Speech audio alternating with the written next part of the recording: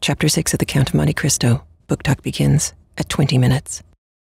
Before we get going today, I needed to make an announcement. This morning, as I was compiling the files for the final mixdown, I received a text message from one of our listeners, and it was a complete fluke that she saw on her Facebook feed one post go by saying something really quite shocking. And she contacted me and said, "Is this true?" And I went and looked, and apparently it is true. You may recall Vanessa, who was my assistant for a long while. Many of you interacted with her on Ravelry. Vanessa passed away on Monday, and I don't know any of the details beyond that she's left her husband and her brand new baby boy, and my heart is breaking. That's too many people for the Craftlit family to take in a year. So in case you are on Ravelry and don't see Vanessa pop on, now you know why. The family had asked that memorials be sent to the church where her funeral would be, which is tomorrow, Saturday. And I'll put a link to that information at the top of the show notes if you're interested.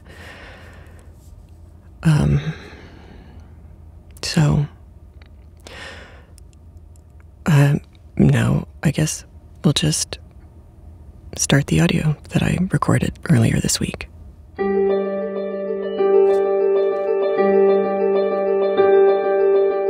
Welcome to Craftlit, the podcast for crafters who love books. My name is Heather Ordover, and I'm podcasting from where the Delaware River meets the Old York Road, New Hope, Pennsylvania. Episode 406. I'm sorry, Dave. This episode of Craftlit is brought to you by its listeners. Many thanks and much gratefulness to all of the listeners who have gone over to patreon.com/Craftlit and pledged their support to the show. I couldn't do it without you. Thank you. I'm sorry, Dave. I'm afraid I can't do that. Well, that's how many things went this week. I was so glad that I could find that audio because that just made me laugh. But our crafty chat kind of went bonkers this week. So this week you're going to hear just me talking, and I got to sit in the chat room and talk to people. So they were typing and I was talking. But I've edited down the audio so that you'll hear me, but every once in a while you'll hear me refer to something that one of the listeners who were in the chat room said, which is kind of fun. And I've got pictures on the show notes at craftlit.com/406, so you can see pictures of what I was talking about as well. On our way to the crafty chat, though, I talked to Diane on Skype this week and asked her some questions about the hotel for the Paris trip this fall, because I haven't been there and she has.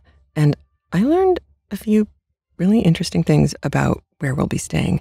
So I have a little audio of Diane and a little bit of me talking. So the Pullman Paris is the Pullman Paris Eiffel Tower. How close is it?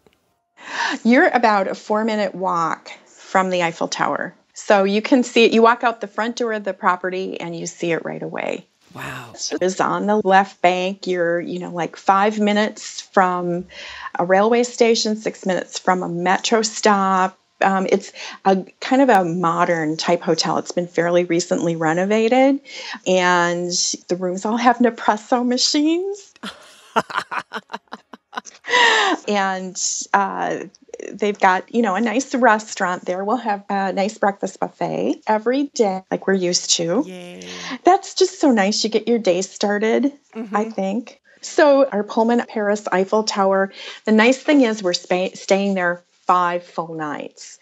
We do already have people signed up who've been to Paris before, but they've traveled with Craftlit. We get a wonderful camaraderie with the people who we've traveled with before. But I wouldn't be worried about anything being cliquey because it's a very warm and welcoming group that's started traveling with you, Heather. But if you've not been before, I'm going to recommend that if you want to spend extra time, you ask for those extra nights after the tour, because then when you spend time with the group and you've had the included activities that you've already paid for, then you'll know exactly what you want to spend extra time to do and see after. We have our special group rates. Now, number one, Paris is not an inexpensive city. It's a big metropolitan city, and we are in prime location. We are right, in the heart of the city, just steps away from the Eiffel Tower. But no, we can get, I think it's up to 3 extra nights for you post-trip at the tour price, which is less expensive than if you called to make your reservation or book it online. So that is no problem at all. And the great thing about this property, it was just completely renovated about 3-4 years ago. Very sleek, very modern. So a beautiful hotel. Nice walking distance, maybe 15, 20 minutes to like the Rue Claire, which is the shopping street where, there's lots of, flower shops, pastry shops, chocolates, cheeses. This is one of the streets where Julia Child used to do some of her shopping. And we'll have a walking tour of that area. But when, you do have free time, you're going to be able to go off on your own and just wander.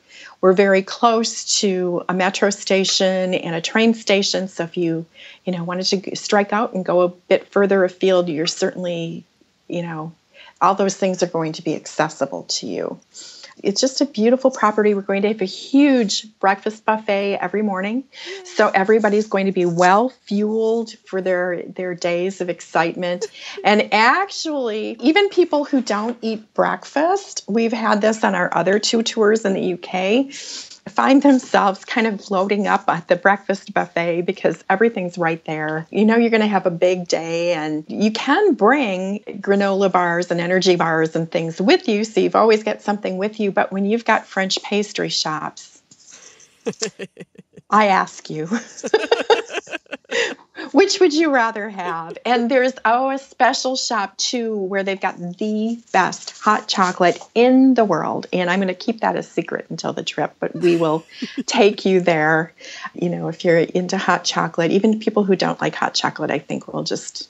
It's that good. Wax rhapsodic about it. I love it. It's so good. It will convert you. That's right. That's right.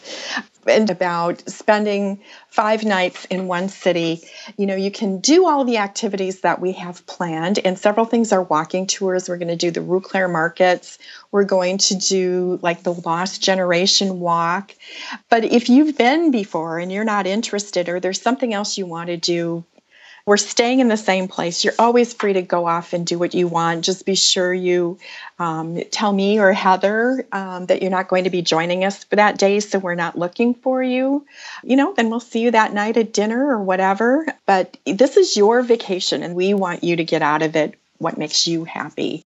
We've got 2 planned free afternoons. And if somebody doesn't want to go to Sacré-Cœur and Montmartre, they don't have to. That's one of the things that I remember on the first trip, especially noticing that there was no judginess. It wasn't there wasn't any of that kind of high school girl thing like, no, you have to do everything that we're doing. That's so not me. I know. That's just so not me. So if you go holidayvacations.net, and don't just Google it, type it in on top and go directly to the website. Okay. If you scroll down just a tiny bit on the left-hand side, depending on how big your screen is, there's a box for a keyword. And the keyword for Craftlit is craft, and always will be from now on, no matter where we go. Yay. So you type in craft, and Heather's picture pops up. Exploring the Art and Literature of Paris, hosted by Heather Ordover, gives the dates. There is a box on the left-hand side that is yellow that you can click on that says View Details, and that will give information about Heather and the basic itinerary. Oh my God, the pictures are beautiful. Right? I know. Have you seen that? Yes, they are gorgeous. Okay, so then you can also click on the next box then, which is Tour Highlights, and it shows everything that's included. And then backing up, you can go to tour pricing. And it's priced with airfare from the US, where it says airport double occupancy. That means 2 people in the room and the price is per person. Airport single occupancy, the price is 1 person. If you're staying in a room by yourself, you don't have someone splitting the cost of that hotel room with you. And then we have the land only. So if you have a lot of frequent flyer miles, or you live in Europe already, or you just want to make your own arrangements, the price is there for land only as well. Or you can call the 800 number, 1-800-826-2266. Anyone can help you, and you just ask for the Craftlit Paris brochure, and they can send you a real live paper brochure directly to your home.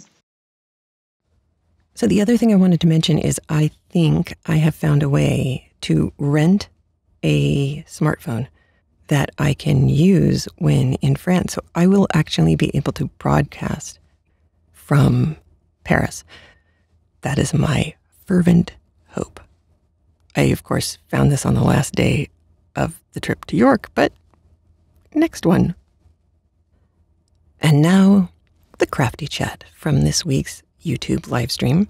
One of the things that you will hear me talk about is that I was trying to solve a cuff problem. I wasn't sure exactly how to do it, so I was asking the people in the chat room for their advice since they could see the beginning of the cuff, and you'll hear some discussion of that. All right, here we go. I made this, I think, 2 summers ago, and it's got a really simple yarn over, knit 2 together pattern, and it's super lightweight. This is on my Ravelry page, so I actually have the information on what the yarns are, but I love this thing because it is super crazy simple, and it has, aren't they great colors? I know, I love it. It has a kind of a roughly edge to it, which I liked, but I also like it because it is a shrug. And when I am cold, it's my arms and obviously my hands that get cold.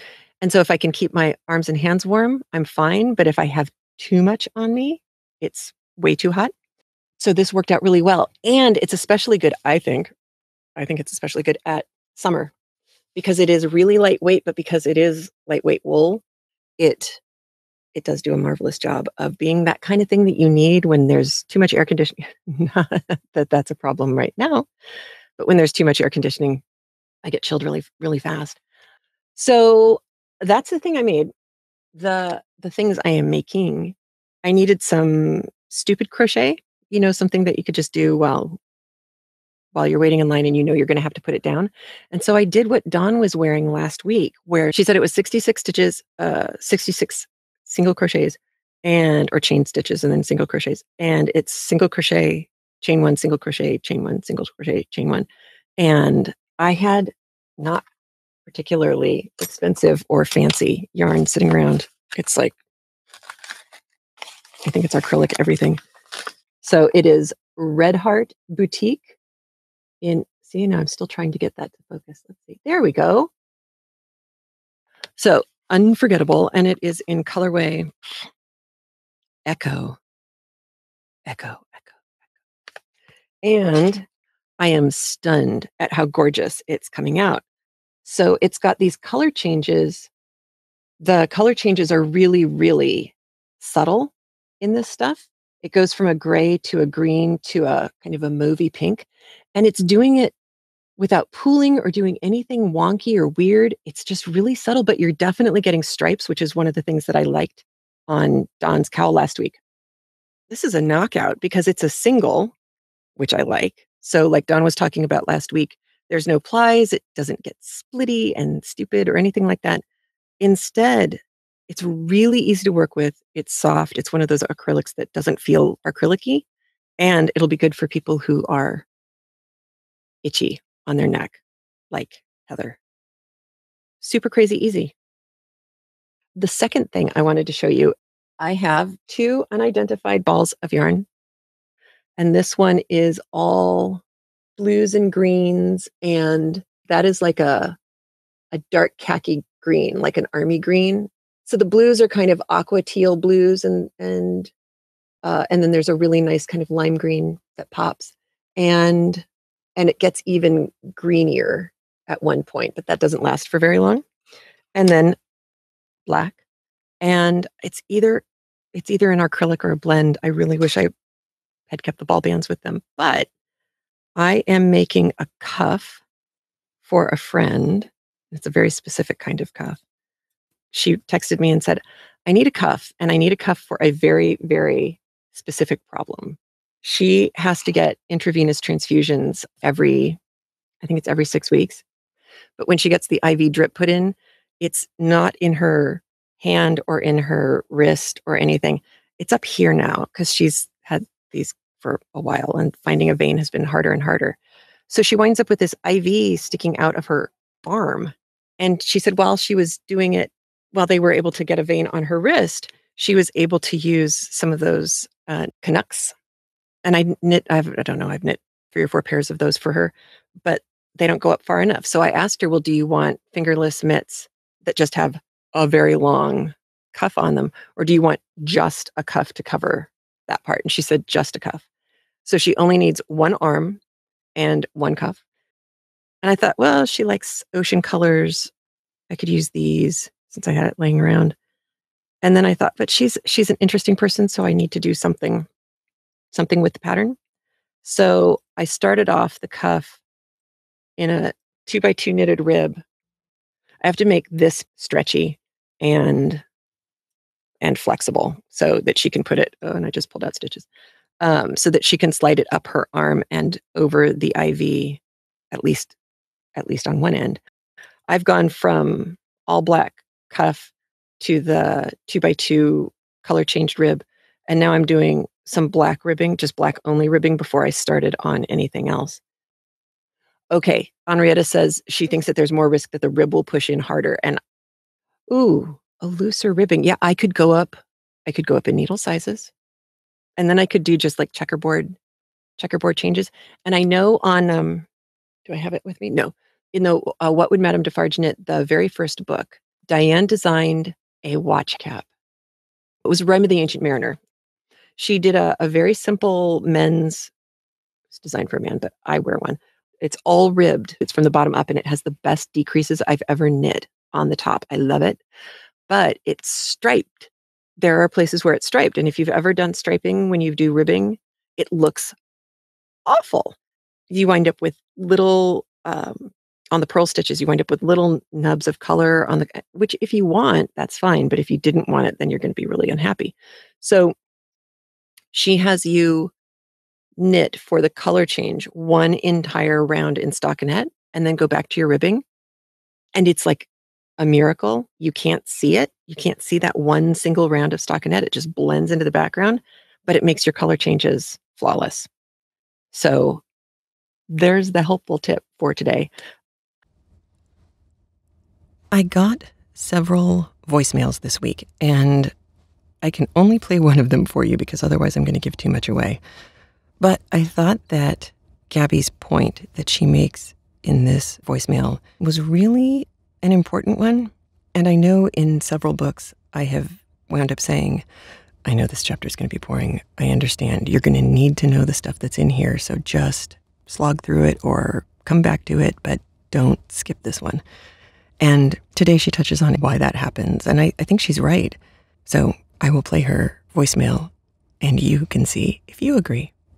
And I will just let Gabby's voicemail lead us straight into the book talk. Hi, Heather. It's Gabrielle calling. So I just listened to 3 and 4. I had a chance to be by myself in the car and finish them both. It's such a great spot that you ended because it shows, it's that moment where we're transitioning from the exposition to getting into the heart of the story. And I think that I've mentioned this on Ravelry, but I know that it's always hard when the books are starting because, you're getting used to the new narrator and the narrator style, and we're also slogging through exposition.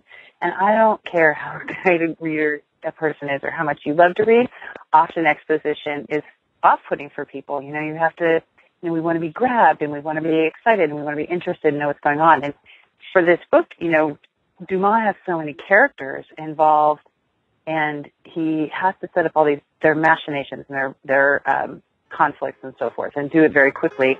But there's a lot of them. So let's get to our book. Today we're doing Chapter 6, and Chapter 6 is the last introduction that we have to a major character. And he is, for me, he is one of the most interesting characters. And I think you'll see today that at least part of that, part of what I find interesting about him is the very delicate line this guy is walking. We're going to get the first inklings of that line, and later you'll see more of it. But the other thing that you're going to get today is, I think, the most Dickensian chapter that we have seen from Dumas yet. And I don't mean Dickensian like David Copperfield. I must begin at the beginning kind of thing. No, this is Dickensian Tale of Two Cities. This came first, which I think is interesting. And unlike Tale of Two Cities, this is the 6th chapter, not the very beginning of the book. However, both chapters build themselves up at the beginning in almost identical ways. They kind of obliquely talk about important historical things that have happened recently or are happening during the story. And because this introduction is being done rather obliquely, there's a lot of expectation that you know your recent history. For you, we talked about most of it in 402. It's been 5 years since Napoleon has been exiled to the Isle of Elba. And we will get a moment today to see how the other half lives. We will get to see those people that I had questions about several chapters ago. What happened to the people who were royalists during Napoleon? And we will hear at least a partial answer to that question of mine today. A few things that it'll just help if you know a little bit about them. You'll hear a reference to the Cross of Saint Louis. The Cross of Saint Louis was the royalist version of Napoleon's Legion of Honor. So it's a medal that men could wear. It was an honorary award. But the important part is that it was the royalist thing, not a Napoleonic thing. Robespierre, you've heard him talked about. I did not talk about him during 402, except maybe in passing I mentioned his name. Robespierre is an extraordinarily complicated man to explain in less than like a month, as far as I can tell.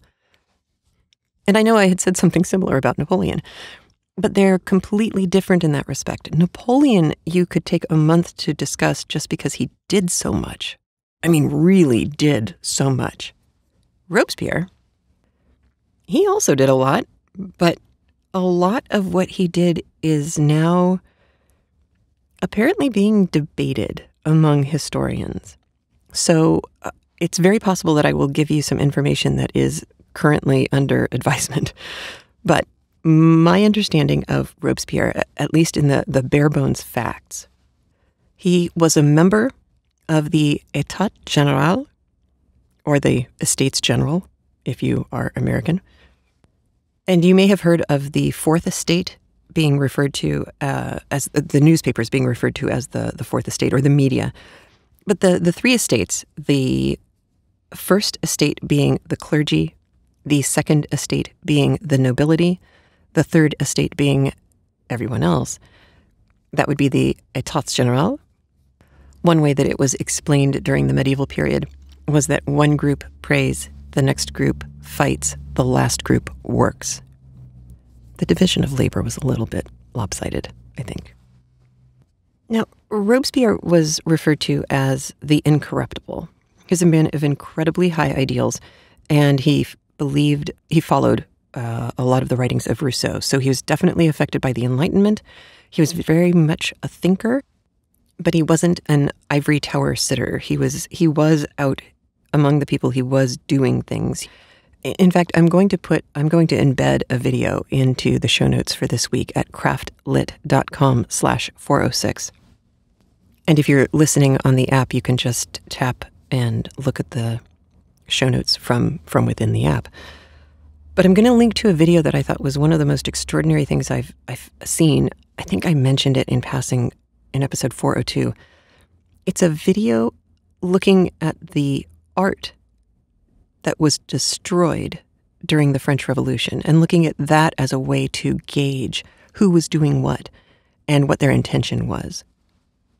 And Robespierre shows up rather importantly in one section early on in the video. The whole video, though, is just fantastic. I was really, really impressed with it. But Robespierre was a member of a group called the Girondins. This is Girondins. This is complicated, too. The Girondins were technically a political party, and they were in operation from about 1791 to about 1795. They were part of the Jacobin movement, which was a more aggressive part of the movement.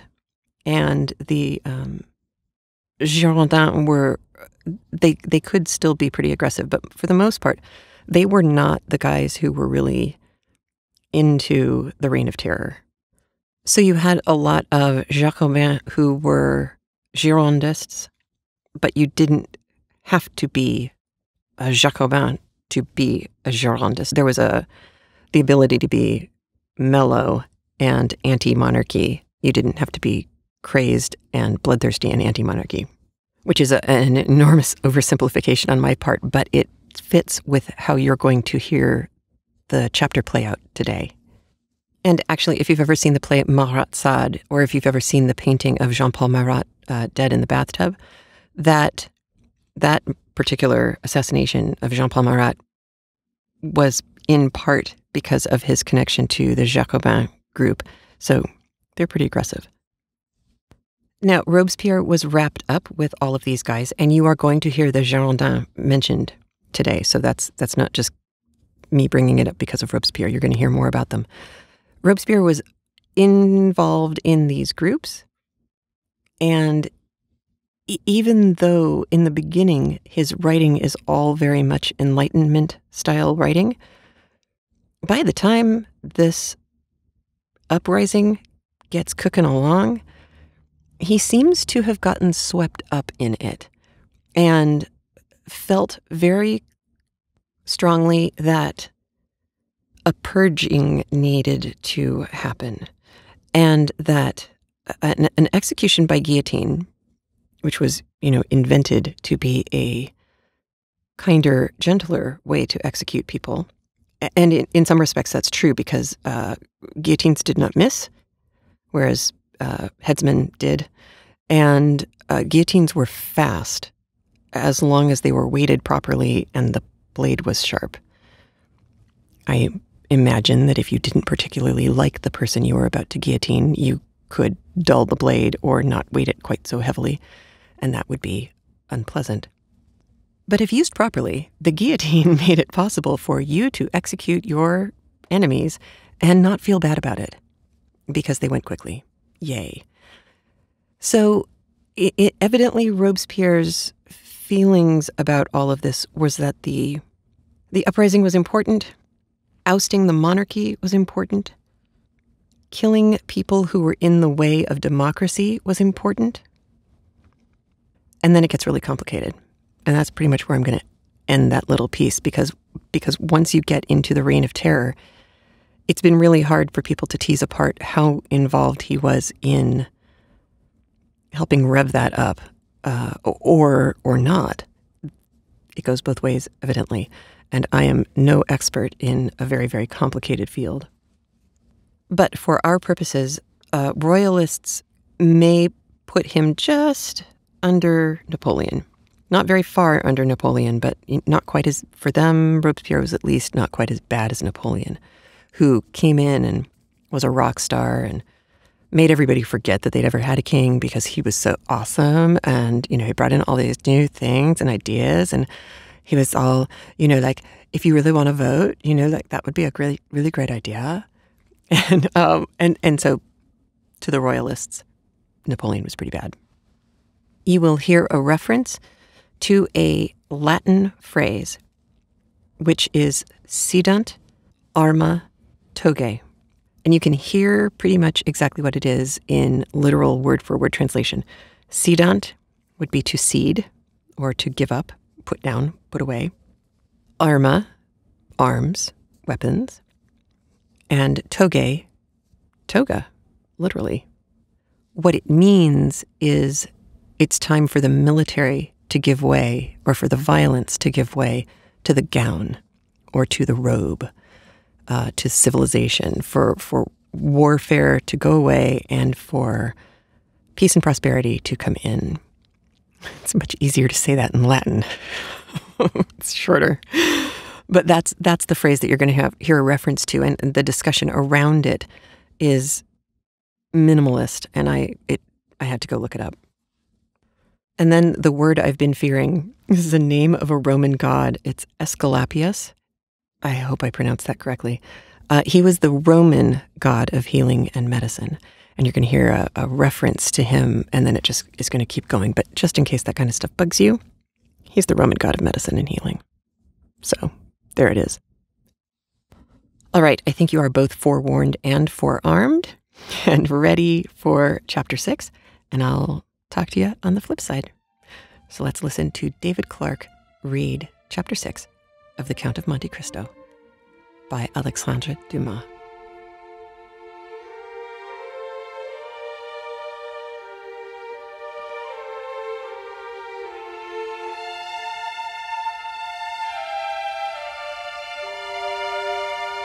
Chapter 6.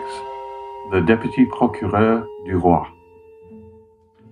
In one of the aristocratic mansions built by Puget in the Rue du Grand Cours, opposite the Medusa Fountain, a second marriage feast was being celebrated, almost at the same hour with the nuptial repast given by Dante. In this case, however, although the occasion of the entertainment was similar, the company was strikingly dissimilar. Instead of a rude mixture of sailors, soldiers, and those belonging to the humblest grade of life, the present assembly was composed of the very flower of Marseille society: magistrates who had resigned their office during the usurper's reign, officers who had deserted from the imperial army and joined forces with Conde, and younger members of families brought up to hate and execrate the man whom 5 years of exile would convert into a martyr, and 15 of restoration elevate to the rank of a god. The guests were still at table, and the heated and energetic conversation that prevailed betrayed the violent and vindictive passions that then agitated each dweller of the South, where, unhappily, for 5 centuries religious strife had long given increased bitterness to the violence of party feeling. The emperor, now king of the petty island of Elba, after having held sovereign sway over 1/2 of the world, counting as his subjects a small population of 5,000 or 6,000 souls, after having been accustomed to hear the Vive Napoleon of 120 millions of human beings uttered in 10 different languages, was looked upon here as a ruined man, separated forever from any fresh connection with France or claim to her throne. The magistrates freely discussed their political views. The military part of the company talked unreservedly of Moscow and Leipzig, while the women commented on the divorce of Josephine. It was not over the downfall of the man, but over the defeat of the Napoleonic idea that they rejoiced, and this they foresaw for themselves the bright and cheering prospect of a revivified political existence. An old man, decorated with the cross of Saint Louis, now rose and proposed the health of King Louis XVIII. It was the Marquis de Saint-Méran. This toast, recalling at once the patient exile of Hartwell and the peace-loving King of France, excited universal enthusiasm. Glasses were elevated in the air à l'anglais, and the ladies, snatching their bouquet from their fair bosoms, strewed the table with their floral treasures. In a word, an almost poetic fervour prevailed. "Ah," said the Marquise de Saint-Méran, a woman with a stern, forbidding eye, though still noble and distinguished in appearance, despite her 50 years. "Ah, these revolutionists, who have driven us from those very possessions they afterwards purchased for a mere trifle during the reign of terror, would be compelled to own, were they here, that all true devotion was on our side, since we were content to follow the fortunes of a falling monarch, while they, on the contrary, made their fortune by worshipping the rising sun. Yes, yes, they could not help admitting that the king for whom we sacrificed rank, wealth, and station was truly our Louis the Well-Beloved, while their wretched usurper has been and ever will be to them their evil genius, their Napoleon the Accursed. Am I not right, Villefort? I beg your pardon, madame. I really must pray to you to excuse me, but, in truth, I was not attending to the conversation. Marquise, Marquise, interposed the old nobleman who had proposed the toast, let the young people alone. Let me tell you, on one's wedding day, there are more agreeable subjects of conversation than dry politics. Never mind, dearest mother, said a young and lovely girl with a profusion of light brown hair, and eyes that seemed to float in liquid crystal. 'Tis all my fault, for seizing upon Monsieur de Villefort, so as to prevent his listening to what you said. But there, now take him. He is your own for as long as you like. Monsieur Villefort, I beg to remind you my mother speaks to you. If the Marquise will deign to repeat the words, I but imperfectly caught, I shall be delighted to answer, said Monsieur Villefort. Never mind, Renée, replied the Marquise with a look of tenderness that seemed out of keeping with her harsh, dry features. But however all other feelings may be withered in a woman's nature, there is always one bright, smiling spot in the desert of her heart, and that is the shrine of maternal love. I forgive you. What I was saying, Villefort, was that the Bonapartists had not our sincerity, enthusiasm, or devotion. They had, however, what supplied the place of those fine qualities, replied the young man, and that was fanaticism. Napoleon is the Mohammed of the West, and is worshipped by his commonplace but ambitious followers, not only as a leader and a lawgiver, but also as the personification of equality. He, cried the Marquise, Napoleon, the type of equality. For mercy's sake, then what would you call Robespierre? Come, come, do not strip the latter of his just rights to bestow them on the Corsican, who, to my mind, has usurped quite enough. Nay, madam, I would place each of these heroes on his right pedestal, that of Robespierre on his scaffold in the Place Louis XV, that of Napoleon on the column of the Place Vendôme. The only difference consists in the opposite character of the equality advocated by these two men. One is the equality that elevates, the other is the equality that degrades. One brings a king within reach of the guillotine, the other elevates the people to a level with the throne. Observe, said Villefort, smiling. I do not mean to deny that both these men were revolutionary scoundrels, and that the 9th Thermidor and the 4th of April in the year 1814 were lucky days for France, worthy of being gratefully remembered by every friend to monarchy and civil order. And that explains how it comes to pass that, fallen, as I trust he is forever, Napoleon is still retained a train of parasitical satellites. Still, Marquise, it has been so with other usurpers. A Cromwell, for instance, who was not half so bad as Napoleon, had his partisans and advocates. Do you know, Villefort, that you are talking in a most dreadfully revolutionary strain? But I excuse it. It is impossible to expect the son of a Girondin to be free from a small spice of the old leaven.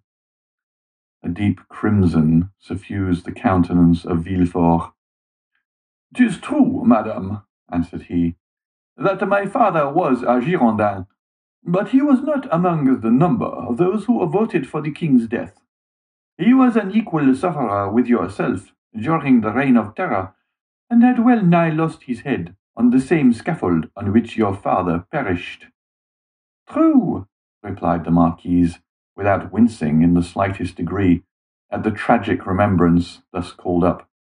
"But bear in mind, if you please, that our respective parents underwent persecution and proscription from diametrically opposed principles, in proof of which I may remark that while my family remained among the staunchest adherents of the exiled princes, your father lost no time in joining the new government, and that while the citizen Noirtier was a Girondin, the Count Noirtier became a senator." "Dear mother," interposed Renée, "you know very well it was agreed that all these disagreeable reminiscences should forever be laid aside." "Suffer me also, madame," replied Villefort, "to add my earnest request to Mademoiselle de Saint-Méran's that you will kindly allow the veil of oblivion to cover and conceal the past. What avails recrimination over matters wholly past recall? For my own part, I have laid aside even the name of my father, and altogether disown his political principles. He was, nay, probably may still be, a Bonapartist, and is called Noirtier. I, on the contrary, am a staunch royalist, and style myself de Villefort. Let what may remain of revolutionary sap exhaust itself and die away with the old trunk, and condescend only to regard the young shoot which has started up at a distance from the parent tree, without having the power any more than the wish to separate entirely from the stock from which it sprung." "Bravo, Villefort!" cried the Marquis. "Excellently well said.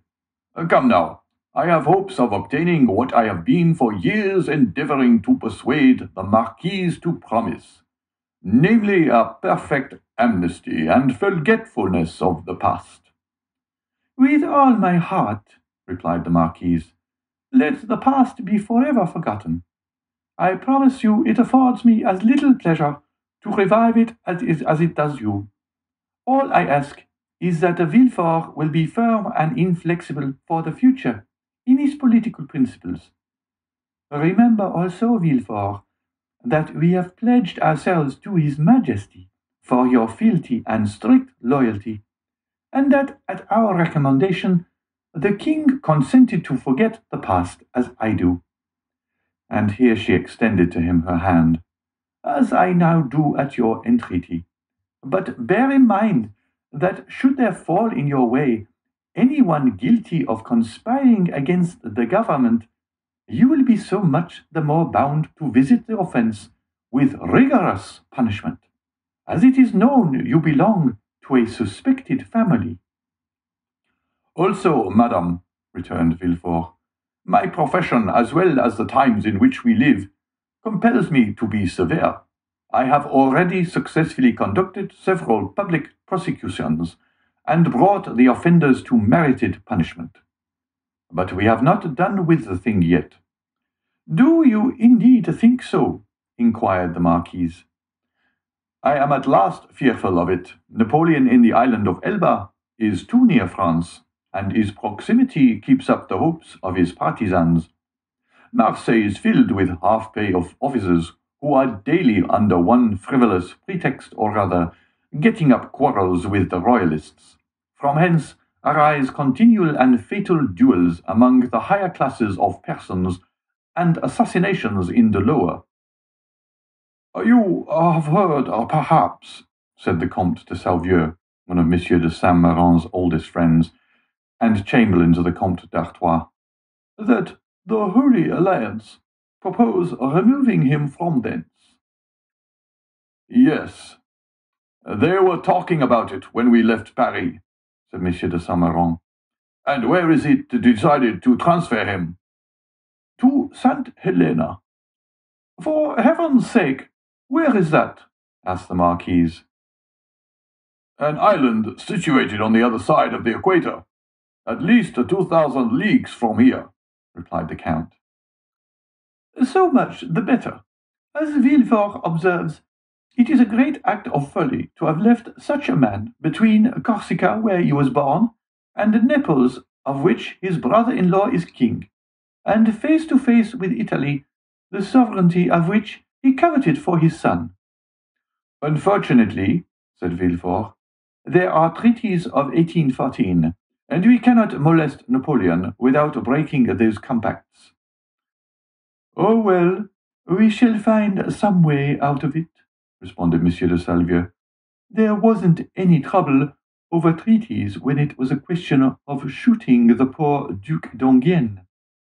Well, said the Marquise, it seems probable that by the aid of the Holy Alliance we shall be rid of Napoleon, and we must trust to the vigilance of Monsieur de Villefort to purify Marseille of his partisans. The king is either a king or no king.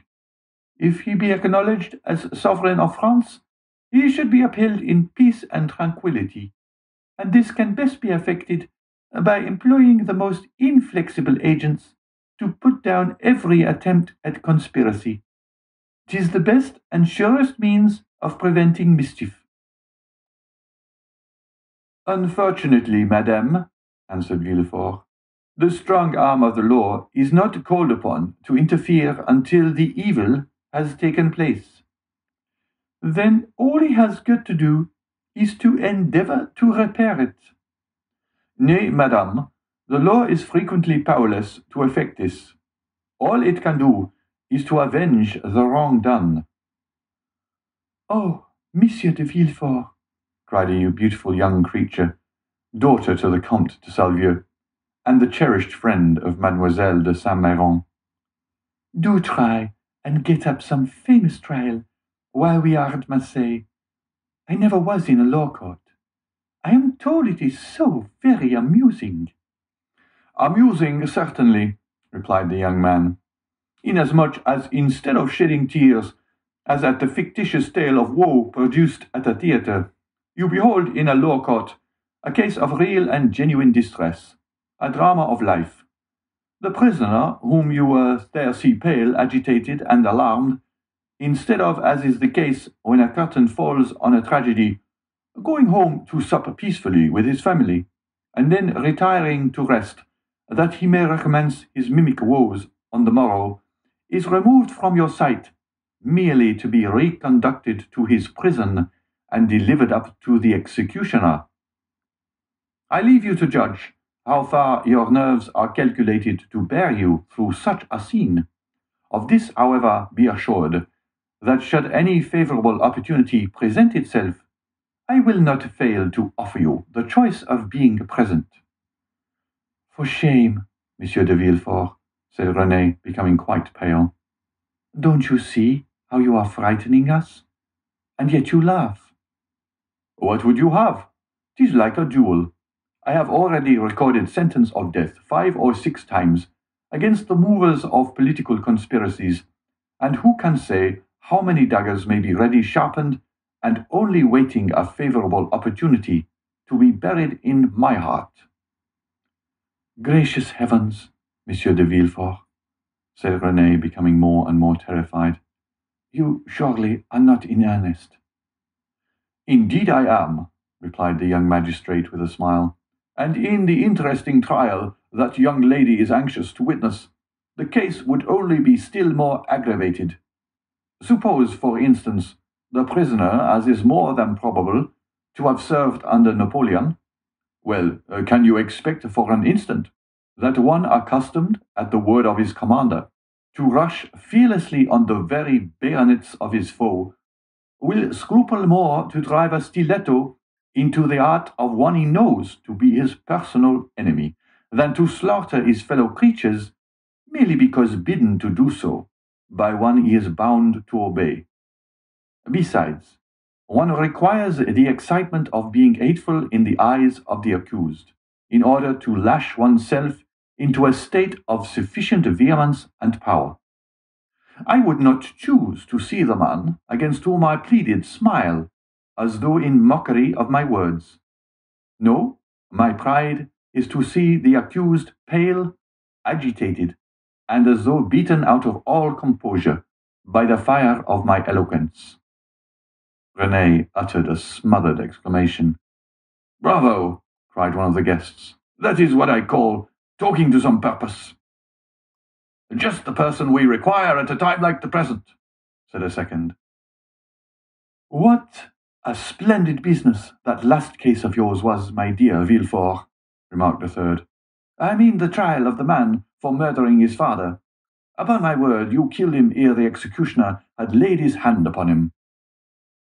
"Oh, as for parricides, and such dreadful people as that," interposed Renee, "it matters very little what is done to them.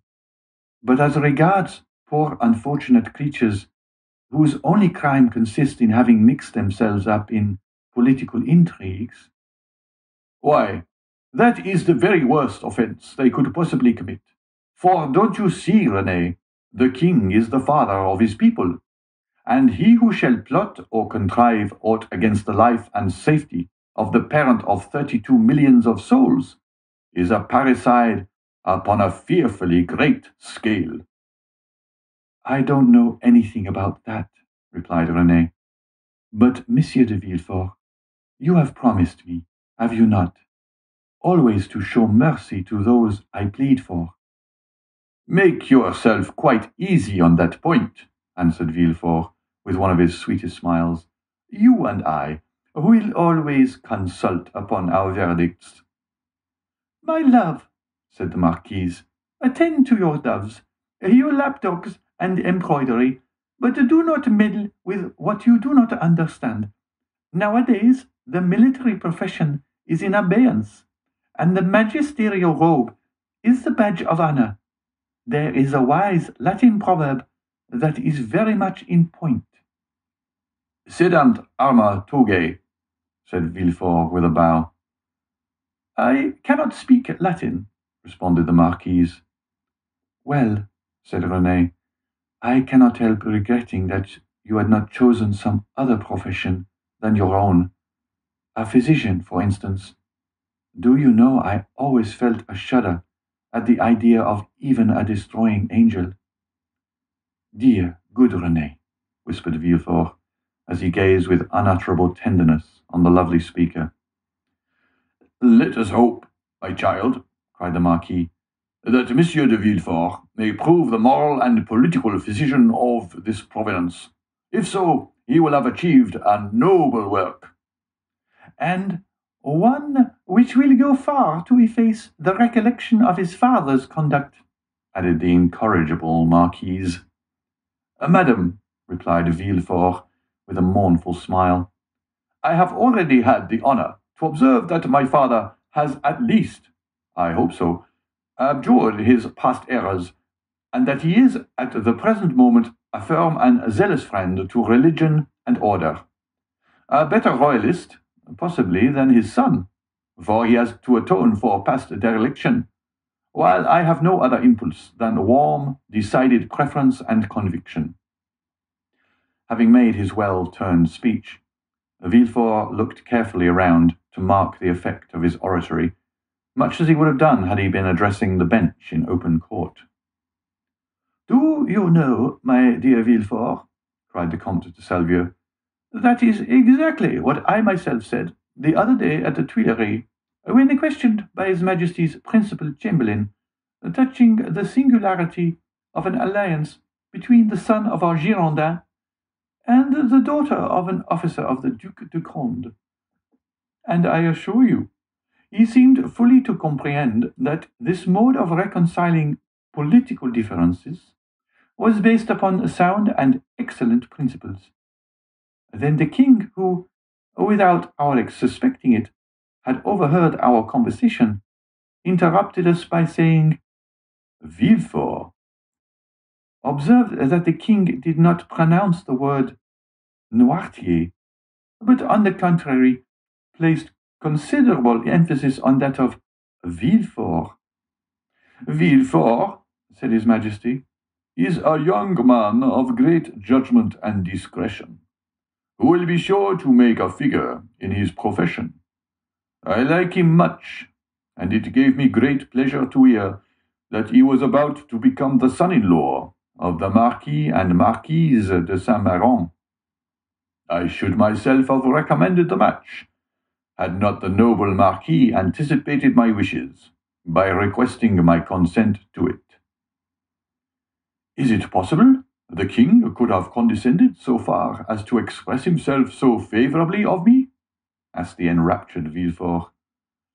I give you his very words, and if the Marquis chose to be candid, he will confess that they perfectly agree with what his Majesty said to him, when he went 6 months ago to consult him upon the subject of your espousing his daughter.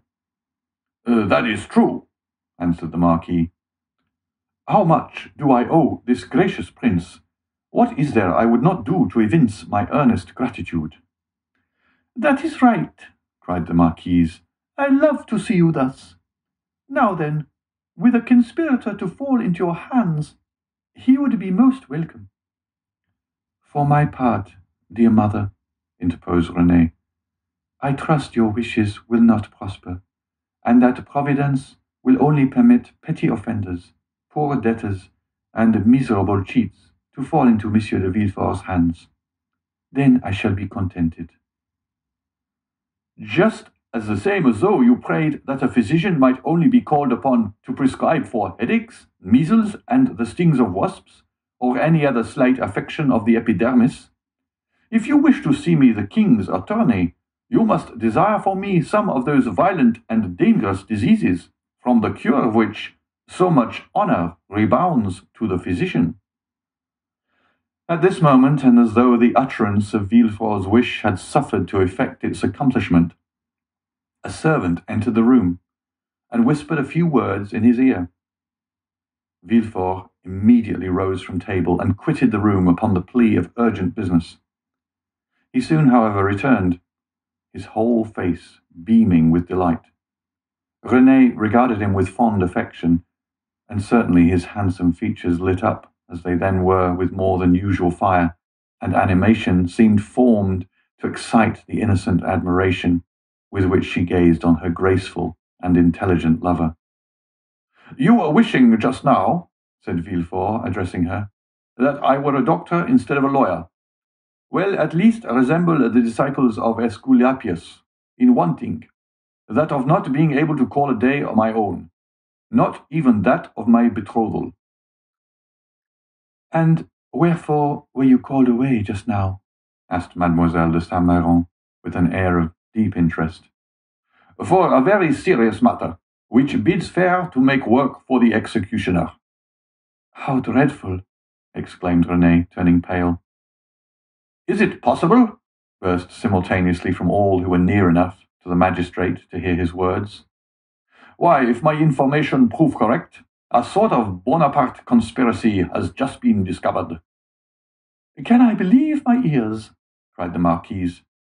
I will read you the letter containing the accusation at least, said Villefort. The king's attorney is informed by a friend to the throne and the religious institutions of his country that one named Edmond Dante, mate of the ship Pharaon, this day arrived from Smyrna, after having touched at Naples and Porto Ferraio, has been the bearer of a letter from Murat to the usurper, and again taken charge of another letter from the usurper to the Bonapartist Club in Paris. Ample corroboration of this statement may be obtained by arresting the above-mentioned Edmond Dante, who either carries the letter for Paris about with him, or has it at his father's abode. Should it not be found in the possession of father or son, then it will be assuredly be discovered in the cabin belonging to the said Dante on board the Pharaon. But, said Renée, this letter, which after all is but an anonymous scrawl, is not even addressed to you, but to the king's attorney. True, but the gentleman being absent, his secretary by his orders opened these letters, thinking this one of importance. He sent for me, but not finding me, took upon himself to give the necessary orders for arresting the accused party. Then the guilty person is absolutely in custody? Said the Marquise. Nay, dear mother, say the accused person. You know we cannot yet pronounce him guilty. He is in safe custody, answered Villefort. And rely upon it, if the letter is found, he will not be likely to be trusted abroad again, unless he goes forth under the especial protection of the headsman. And where is the unfortunate being? Asked Renée. He is at my house. Come, my dear friend, interrupted the Marquise. Do not neglect your duty to linger with us. You are the king's servant, and must go wherever that service calls you.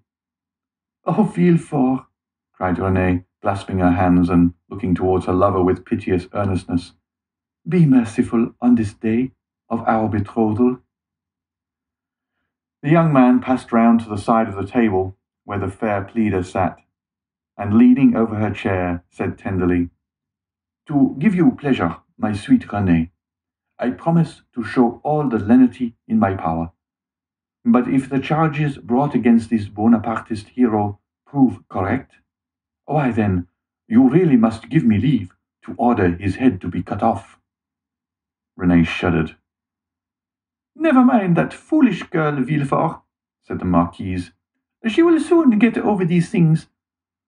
So saying, Madame de Saint-Méran extended her dry, bony hand to Villefort, who, while imprinting a son-in-law's respectful salute on it, looked at Renée as much as to say, I must try and fancy it is your dear hand I kiss, as it should have been.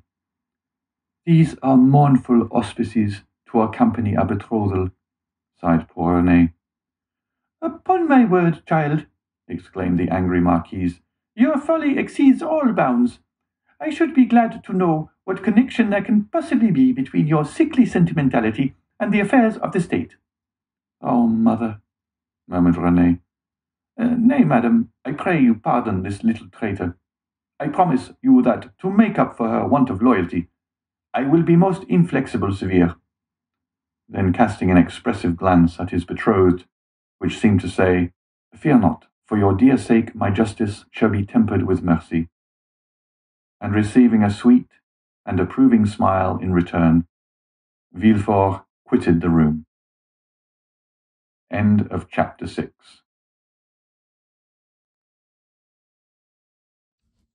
So yay, Renée, voice of reason in the middle of these semi-bloodthirsty people. The Marquise, she just makes my eyes cross. And de Villefort is interesting, right? Because you can see the line that he's walking.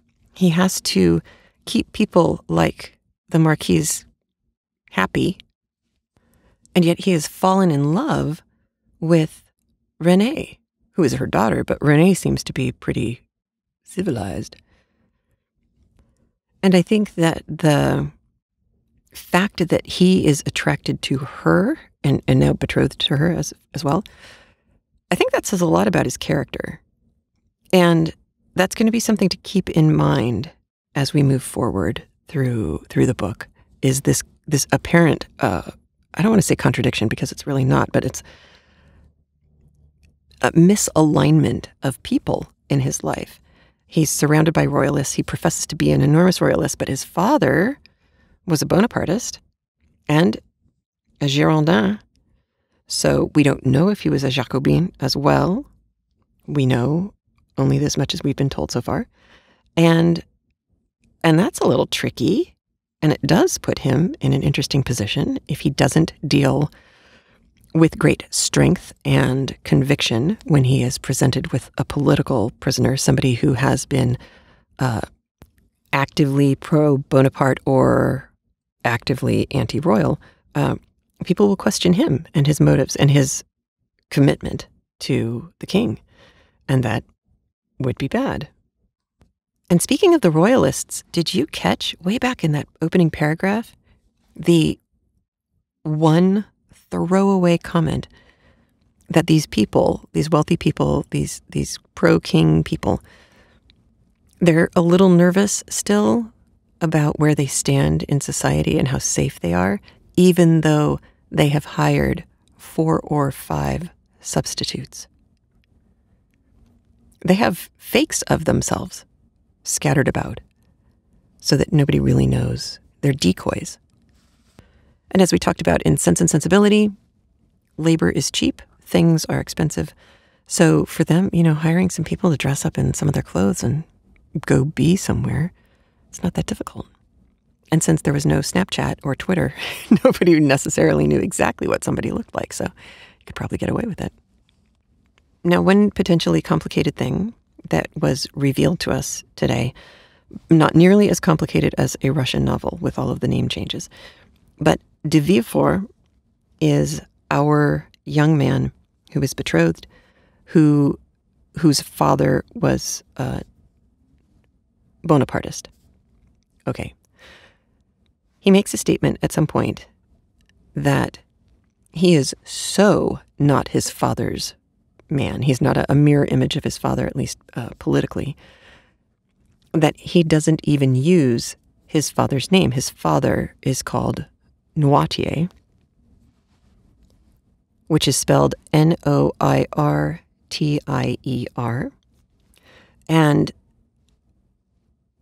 And Noirtier is the name that's known as the name of the Bonapartist. De Villefort is told during this dinner party, this betrothal party, that one of his guests had been at court and had heard the king say very nice things about him, not referring to him as a Noirtier, referring to him as de Villefort, and that he was a worthy son-in-law for the family. So René's family got the king's blessing for this marriage, and de Villefort, for the first time, evidently, hears that not only did the king say, yeah, it's fine, but the king knows who he is, which, boy, that has to really be awesome if you're living then, and also put you in a position where you probably feel like you're a little safer now and more secure, and you don't have to worry about your neck quite so much. And that had to be a great feeling, because everything, I don't know how everyone didn't have ulcers during this time. It just seems awfully stressful to me. So we have Villefort, we have René. They're a lovely couple. She seems to balance him out and mellow him out. And, when he's talking to the Marquise, he's very much, I'm going to go and kick some butt and shake some names. But when he's responding to René, whether with his eyes or with his mouth, he is far more moderate and mellow. And that makes him kind of interesting, because we don't know what he's going to do. We do know that he's about to go talk to Edmond, who we know is innocent. So it seems that René has put our Villefort in a perfect position to be smart and understanding and good with Edmond. And that is where we will pick up next week. But there was one more thing that occurred to me just now that I wanted to throw out there and see what you think. And you are more than welcome to put your thoughts in the comments at craftlit.com/406, or on Ravelry in the Craftlit group, or on Facebook in our Facebook groups, which you can get to from the little icons in the sidebar, or you can email me at heather@craftlit.com, or call us at 206-350-1642.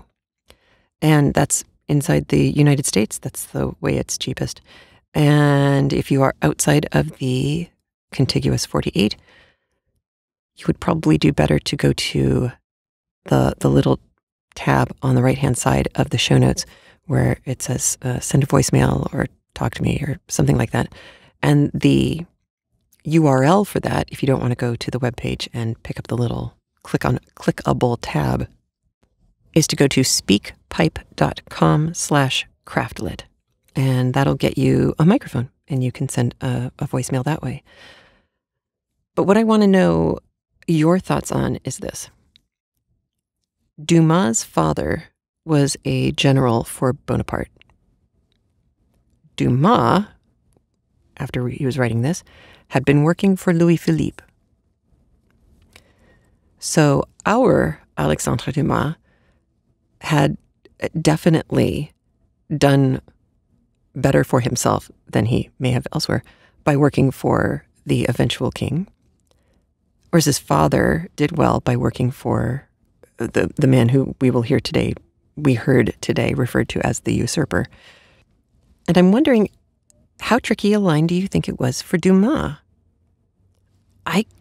All of a sudden today, I started to wonder, wow, I wonder if the way de Villefort is set up in this chapter is a Dumas moment where his need to walk a fine line between these two camps, the royalist camp and the Bonapartist camp, is this just reflective of Dumas?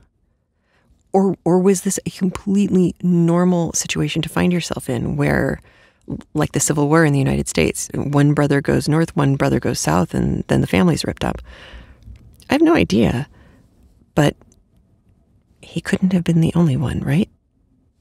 I would think. So, on that questioning note, I will leave you. Thank you so much for listening. I hope you liked today's chapter. I hope you come back with friends next week to listen to more of The Count of Monte Cristo. It's getting good. And next week, oh, you have been waiting for next week, especially if you've seen the movies. Next week is so much better than any of the movie versions I have seen. Oh, so good. All right, I'll stop being mean and making you wait, but I'm excited. All right, have a great one. I will talk to you later. Take care. Bye. If you like getting free audiobooks with benefits every week, please consider supporting the show over at patreon.com/craftlit. There are rewards waiting for you beyond, the free podcast.